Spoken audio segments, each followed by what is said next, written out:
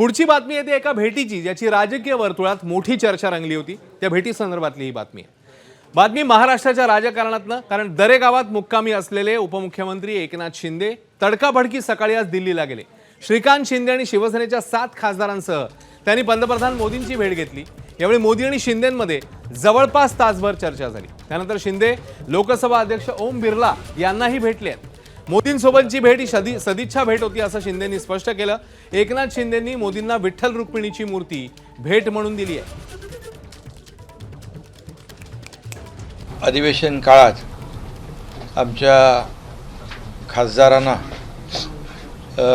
मी भेटायला येत असतो आणि त्याप्रमाणे मी आलो आणि प्रधानमंत्री महोदयांनी देखील भेटीची वेळ दिली होती।